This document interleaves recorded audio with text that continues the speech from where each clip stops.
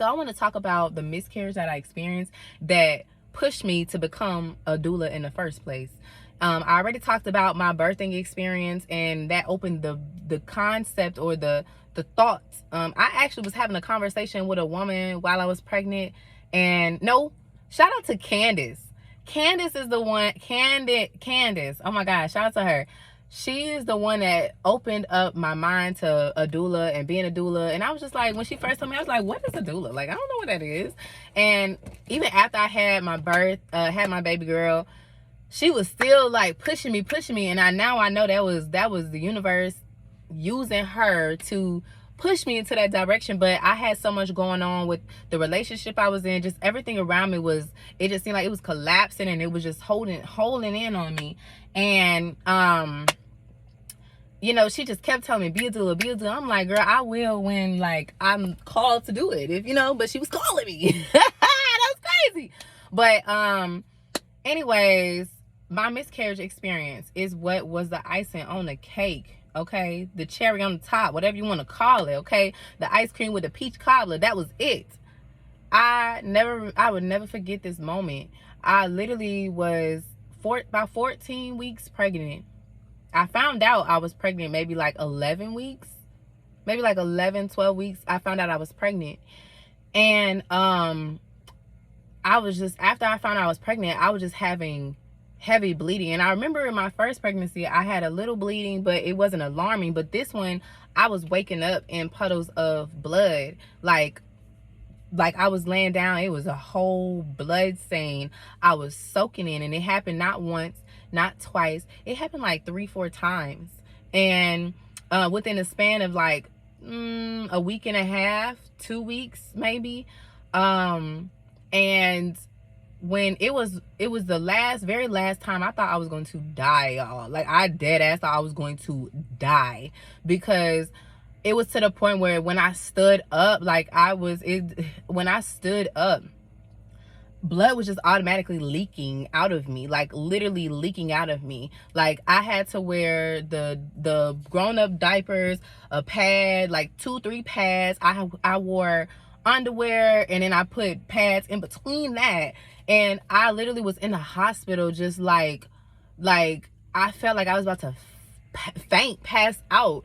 And I went to the emergency room, and they were like just taking their sweet time, y'all. Just taking their sweet time. It's not an emergency, even though I'm bleeding when I'm standing out. Like, it was to the point where I got to the hospital, and me standing up, I had blood. Like, the blood surpassed all of the things I just named. It was coming down my leg.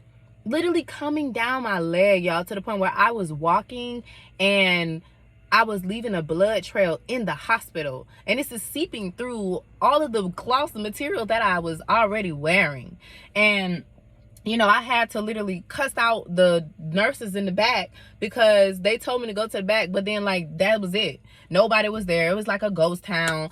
And I was like, I was that angry black woman. They seen that, you know? So I was mad. Like, I was mad. And then they finally put me in a room.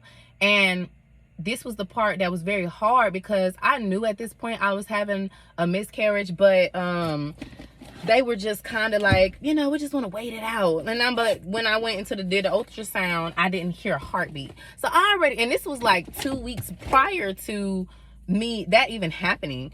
So I already kind of like knew intuitively. I already kind of knew that I was losing my baby. Like, I lost my baby before they even told me. Hold on, y'all, give me a second. I gotta charge my phone, but because I know it's about to die. But yeah. So okay, sorry y'all, I had to plug up my phone right quick because I know it was about to die. But yeah, so I already knew intuitively that I lost my baby, because I didn't hear a heartbeat, versus the first time when I was pregnant around this time, I could hear a strong, you know, a heartbeat. I didn't hear nothing even in the initial, like, I didn't hear anything. So anyways, in the back, changed into the gown. I was still like feeling like I was about to pass out. They took me to do a transvaginal ultrasound. It looked like my baby was sliding out in clumps, or it just looked like, if you know what an ultrasound looked like, it looked like it was in clumps, just sliding, like it was pieces and pieces here, and it just looked like it was coming out, which clearly it seemed like I was hemorrhaging. Just saying. But I was about to die, literally. And so after that, they took me back to the room, still bleeding to death, still bleeding to death. I still was feeling like I'm about to pass out. I feel like I was about to die. And then they come 20 minutes later after the ultrasound and was telling me, hey, we're going to have to do, take your baby out right now. And I'm like, excuse me? Like, what, huh? What you mean? Like, I got to go through surgery? They were like, no, we just need to open you up and we're going to pretty much take it out. A lot of people were saying like a D&C, but they said it wasn't a D&C, but pretty much they had to terminate my pregnancy. And because my baby attached himself, they told me it was a boy. The baby attached himself to my scar tissue that I had from my last pregnancy, and which was kind of odd to me, but that's what they said. But I was laying, this is where my anxiety and I no longer trusted the hospital turned tables. Yeah. So I was laying down, and in the hospital, you can see they have like reflectors on the ceiling with the lights. And so I'm just open, and I look up because I don't want to, I'm like literally like this. I remember how I was just like, and I was crying the entire time. I was crying. My mama was back there because my mama, she was being an angry black woman too. And she was like, it is during COVID and nobody can be back there.